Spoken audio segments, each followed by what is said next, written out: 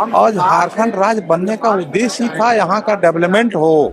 हम बालू मिल नहीं रहा है, लोग ऐसे त्राही त्राही कर रहे हैं। और डेवलपमेंट क्या हो रहा है जब बालू को ब्लैकमेलिंग कर रहा है। ये कहीं हाईवा से दिल्ली और ये यूपी ऐसे भेजने का काम करते हैं, इसलिए ध्यान नहीं दे रहे हैं। झारखंड में लंबे समय से बालू की किल्लत है और लोग बालू के लिए दर दर भटकते दिखते हैं। चाहे पीएम आवास हो या अपना निजी मकान, तमाम काम रुके हुए हैं। और सदन का आखिरी दिन है तो भाजपा विधायक सदन के बाहर सीढ़ी पर बैठ गए।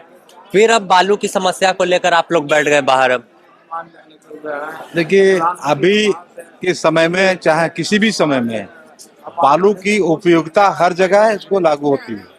चाहे वह मकान बनाइए, चाहे जो रोड बनाइए, अभी तो हर जगह बालू की आवश्यकता पड़ती है। और झारखंड राज्य बनने का उद्देश्य ही था यहाँ का डेवलपमेंट हो।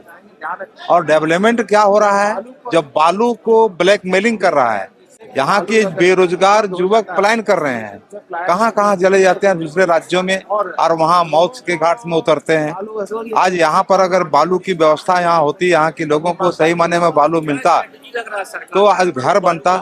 सरकारी भवन को बनाने के लिए भी बालू की आवश्यकता पड़ती है, अब वो आवास की आवश्यकता पड़ती है घर बनाने के लिए। सरकारी भवनें बनती, उसमें अभी बालू की आवश्यकता होती है। इसलिए बालू को टेंडर करना चाहिए। पिछली बार टेंडर हुआ था हम लोग के बीजेपी के शासन काल में, तो सब जगह कोई तरह का 19 के बाद से कोई टेंडर नहीं है। और इससे टेंडर से क्या होता कि सरकार को एक राजस्व आता, तो सरकार तो इसको राजस्व का लेगी, ब्लैकमेलिंग कर रही है। आखिर क्या लगता है कौन अवैध काम करवा रहा है? सरकार करा रही, जो सरकार दोषी वो न है। आप तो नहीं करा सकते हैं, सिग्नल तो वहां से मिलता है ना, तो सरकार इस पर प्रतिबंध लगावे और टेंडर कर दे, समस्या समाधान हो जाएगा। देखिए, साफ तौर पर आरोप है कि सरकार जो है वो टेंडर न कराकर में बालू पर विधायक जी पिछला बार बालू बेच रहे थे, इस बार आप पलट गए फिर धरना पर। इस बार भी बेचे, हम नहीं बेच रहे हैं, लेकिन जो गरीब गुरबा लोग बेच रहे हैं, ट्रैक्टर पर नहीं मिल रहा है बालू, तो कहिए कि ये साइकिल पर ले बेच रहे हैं। और इसके बाद हम लोग भी ऐसे साइकिल पर बेचेंगे उधर कि ऐसे 20 रुपए बड़ा, अभी 50 रुपए मिल रहा है, हम चाहेंगे कि 20 रुपए मिले।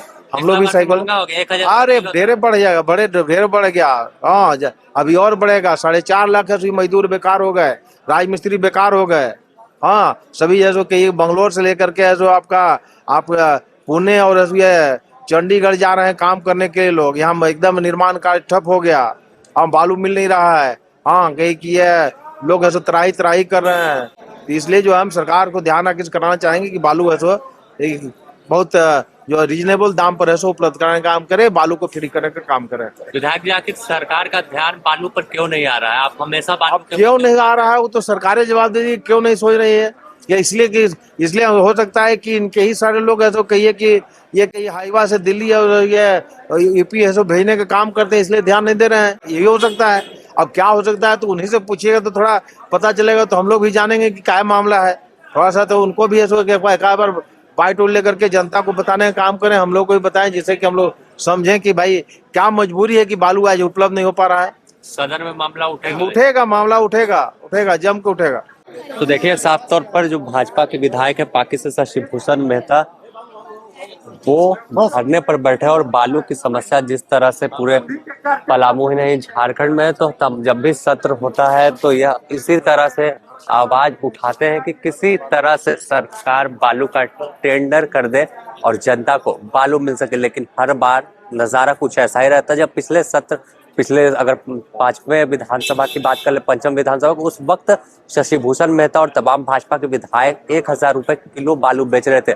लेकिन फिर अब जब 6वीं विधानसभा का पहला सत्र, तो इस दौरान भी विधायक उसी हाल में है, तख्ती लेकर बालू की समस्या पर सवाल पूछ रहे हैं कि आखिर बालू कब मिलेगा। फिलहाल द न्यूज पोस्ट में इतना ही। अपने सहयोगी संतोष के साथ Sameer, the news post, Ranchi.